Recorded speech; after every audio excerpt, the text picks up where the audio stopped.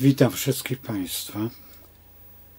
6 styczeń 2024 rok i mamy przybycie symboliczne oczywiście trzech króli do Betlejem, do wspaniałego dziecka. Otwiera to przed nami zupełnie inne spojrzenie, bo po wypędzeniu nas, astrologów, z raju, ze względu na to, że chcieliśmy działać tak jak Stwórca. I Stwórca się zdenerwował i wyrzucił. W przepowiedniach było, że przyjdzie Mesjasz, przyjdzie dziecko znamienite, najwspanialsze dziecko na świecie. Człowiek, który ocali wszystkich. I stało się. Czy trzech króli? Nie wiadomo, ile było naprawdę, ale na pewno był to orszak. Na pewno było bardzo dużo osób. Nie jest wymienione ilu. Przy Herodzie wiadomo, że było dwóch, którzy świetnie zadziałali, bo kazali zabić wszystkie dzieci męskiej płci do 4. roku. A wiemy, że to jest Mars. Chrystus ocalał dzięki Maryi.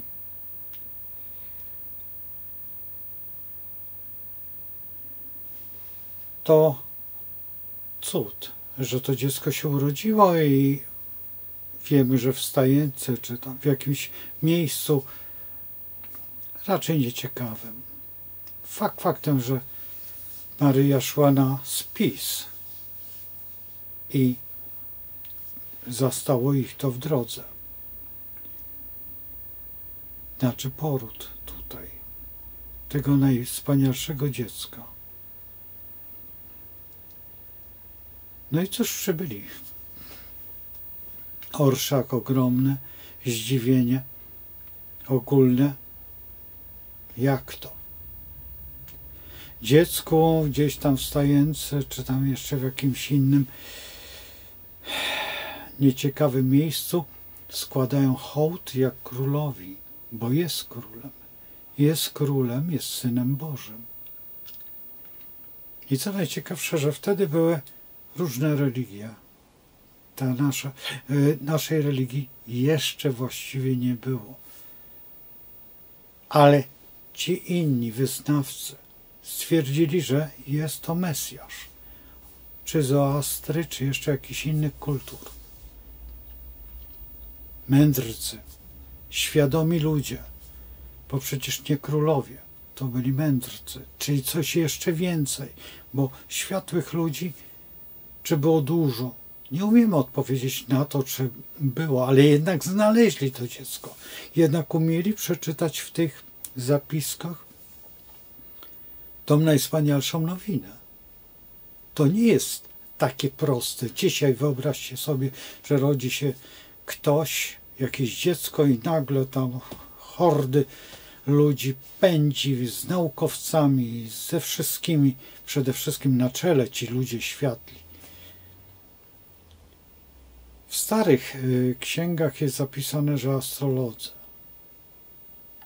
w tych późniejszych, w zależności od sytuacji, mędrcy lub królowie. Czy astrologia stała na najwyższym poziomie, jeżeli chodzi o działania tego typu, ale to już mówię na własną odpowiedzialność i na odpowiedzialność chyba każdego astrologa, dlatego też traktujemy to święto jako nasze. Przyznanie się do tego, że potrafimy po symbolach znaleźć to najważniejsze wydarzenia. I tak szukamy w życiu każdego tej iskierki nadziei. I to jest ta iskra największa nadziei, jaka była na ziemi. Nie było nic cudowniejszego jak zwiastowanie, że się urodzi Maryi i nagle się urodziło. I w tym Betlejem. I przychodzą ci wspaniali mędrcy, w sumie ta arystokracja świadomości i składają hołd w formie niebywałej dla Marii. Dlaczego? Kto? Kto ich powiadomił? Po co? To było chyba największe zdziwienie dla niej. A jednocześnie dla tych, którzy stawali oporem, chyba największy kłopot, jaki istniał dla ich świadomości. Do tej pory mamy tych świadomych tak zwanych, którzy nie wierzą. Jeżeli ktoś nie wierzy, to nie wierzy w nic. Nie wierzy w to, że żyje. I ten problem mamy dzisiaj. Współczesny problem. Chcemy odebrać wszystko, a nie dać. Bo dać to znaczy zrozumieć, że to dziecko potrzebuje. Musimy dać mu coś. I każde dziecko potrzebuje. Każdemu dziecku trzeba coś dać. To jest najważniejsze. To jest ten symbol. To, co możemy dla nas, co jest najdroższe. Najdroższa jest miłość, pragnienie, uwielbienie, zrozumienie. Jeszcze wiele rzeczy, które można by wymieniać bez końca, nie urażając nikogo. Świadomość tego wszystkiego jest najważniejsza, że to dziecko się urodziło. I ci astrolodzy przyszli, złożyli hołd z tą całą grupą, nie wiadomo czy uczni, czy też nauczycieli, czy asystentów, czy też gawiedzi. Jeżeli to była gawiedź, to była świadoma gawiedź. I to wskazuje na to, że trzeba wierzyć. W dodatku dzisiaj słońce jest w koziorożcu, dładzie raka. Raka rodziny, najważniejszej rzeczy, jaka istnieje na świecie, rodzina. Czyli mama, tata i dziecko. To jest symbol najmniejszej komórki, jaka istnieje na świecie. Tej komórki jedności.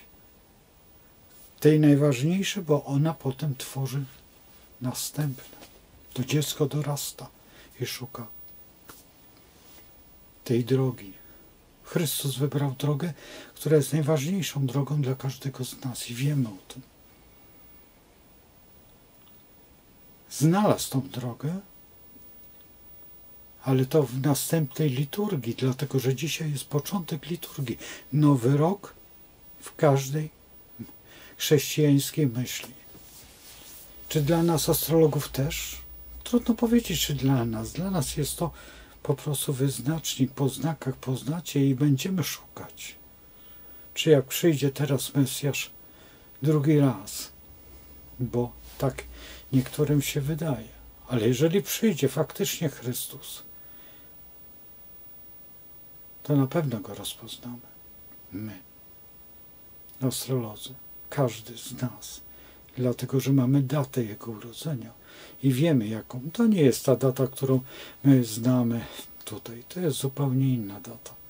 Kiedyś, w przyszłości będę malował mandalę Chrystusa i będę tutaj omawiał te wszystkie rzeczy. Jeszcze jedna rzecz, która była kometa. Kometa nie była to kometa, tylko zbitek planet. Akurat Jowisza. I wytwarzało coś takiego jak ogon. Ale komety wszystkie, jakie się pokazują na nieboskłonie, stwarzają bardzo dziwne sytuacje, raczej niebezpieczne. I ta była też nową wolnością, nowym prawem. Te wszystkie działania, które stawały się przy życiu Chrystusa, przez życie Chrystusa, jest dla nas najważniejszą drogą, bo ta droga jest dla każdego identyczna. Z popiołu powstałeś, popiół się obrócisz. Pamiętajmy o tym. Światłość. Światło jest najważniejsze. Chrystus był światłem, który go nie wszyscy uznali. Ale te inne narody, ci inni zupełnie, bo wiemy o tym, że różnego koloru skóry, tak, czyli nacji. Skąd? Dzisiaj możemy mówić, że z całej Afryki, nieważne skąd przyszli. Dzisiaj wiemy, że Etiopczycy są tego samego wyznania, co i my. Są chrześcijanami. A są ciemni. A przecież wyznawali także judaizm i wyznają. I są ci są potomkowie Sumerów,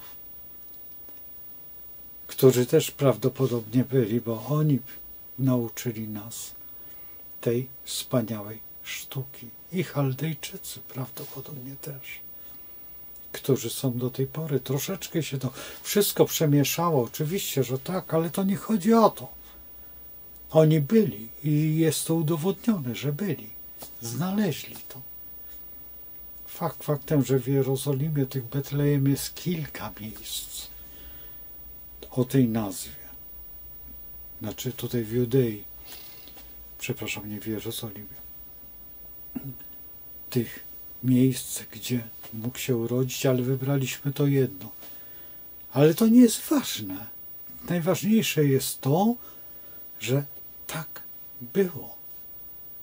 Ale jak czytacie właśnie o apostołach, dowiadujemy się, że tam gdzieś daleko też wiedzieli o tym. Gdzieś tam w Ameryce, Indianie. Bo niósł apostoł, jak to możliwe, a jednak możliwe. Ta wieść była tak ogromna, że cały świat wiedział o tym, dlaczego. Kto? Pytanie, kto przyniósł astrologię, kto nauczył nas patrzenia na te 12 znaków, na te porównywania, na te 12 sektorów, te 10 planet, bo 2 brak. Dlaczego? Jak to się stało, że potem możemy rozpoznać, a jednak rozpoznajemy, bo musi być mechanizm jakiś, który pomoże nam nie zrozumieć, tylko wskazać to ten. Ponieważ kosmos nas nigdy nie oszukał. Ponieważ jest taki, jaki jest. I on wyznacza nam kierunki i jesteśmy dziećmi kosmosu, bez względu na to. Jeżeli jest Stwórca, stworzył kosmos i nas. I my jesteśmy w tym wszystkim. Że akurat badamy, bo dał nam ktoś możliwość badania, szukania. Szukania kogo? Chrystusa? Tak, znaleźliśmy Go. I tak samo Go znajdziemy, kiedy przyjdzie. Bo ktoś może powiedzieć, że to nie On, ale musi udowodnić mnie na kosmogramie, że to nie jest On, że to jest zupełnie kto inny. To, co się dzieje dzisiaj. Jeżeli przyjdzie, to ten Chrystus, ten, który siedzi obok Boga, to nie będzie problemu. Każdy z nas powie i zrobi ten gest, który zrobiono wtedy. Czołobitność jest normalną rzeczą, ale tylko przed Bogiem. Przed tym władcą, który przyjdzie po to, żeby... to już jest inna sprawa. Najważniejszą sprawą jest to, że jesteśmy, że wierzymy, że czy pragniemy, trudno powiedzieć, czy pragnę końca świata. Nie wiem, nie. Pragnę, by przyszedł. I może będzie łatwiej, może będzie nam bardziej przyjemnie żyć, bo w tej chwili jest ciężko. Ciężko każdemu z nas. Nawet ci, którzy mają zbyt dużo i zbyt wiele chcą. Ale najważniejsze jest to, że jesteśmy razem. I dziękuję wszystkim tym, którzy oglądają ten film. Niech się zastanowią nad jednym. I co tu ukrywać? Niech się pomodlą i niech napiszą na drzwiach to, co zawsze pisali nasi ojcowie, dziadkowie. Bo to jest najważniejsze. I ten rok kredą. I niech się zastanowią, co dadzą, kiedy przyjdzie Mesjasz, z czym przyjdą do Niego. Przede wszystkim z wolnością serca i miłością. To jest najważniejszy dar. By być szczęśliwym, że przyszedł. Bo czego się tu bać? Nawet nie potrafimy odpowiedzieć, co jest to tym dualizmem, o którym wczoraj referowałem. Co jest tym dobrem, a co złem? Nie umiemy na to odpowiedzieć. To właśnie On będzie rozstrzygał. I chyba tego pragniemy wszyscy. Przynajmniej ja. Mówiąc prostymi słowami, bo nie ma innych słów. Więc życzę Państwu wszystkim, aby ten Mesjasz był tutaj, przyszedł. I nie ten zaczarowany, medialny, czy jakikolwiek, który. On nie będzie taki. I nikt mnie nie zmusi do tego, tak jak Pręgla nie zmuszono, tylko zginął gdzieś tam w obozie koncentracyjnym niemieckim, w Dachau, a jest to jeden z największych astrologów polskich. Człowiek, który oddał życie za to, co napisał.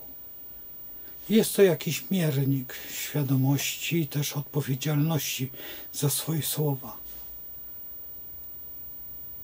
I to jest najważniejsze chyba w życiu. Nic więcej nie jest tak ważne, jak mówić prawdę. I nie bać się, i nie grzebać gdzieś w jakichś czeluściach otchłani, bo otchłań jest prosta. Nie trzeba w nią wchodzić. Jasność jest lepsza, a nie będziemy tam gdzieś wpychać tego światła, bo nie nasza w tym rola. Światło wie, co robi i kosmos wie, co robi. I to mamy odczytywać, czy dobrze, czy źle. Po to jest nasza grupa, po to jest jeden, drugi, trzeci, którzy zespół potrafią wskazać i przyjść razem w zgodzie, w szlachetności. Zostawiam Państwa z tym problemem i byśmy byli razem, jednej myśli, w jednym duchu i w Chrystusie. Do zobaczenia.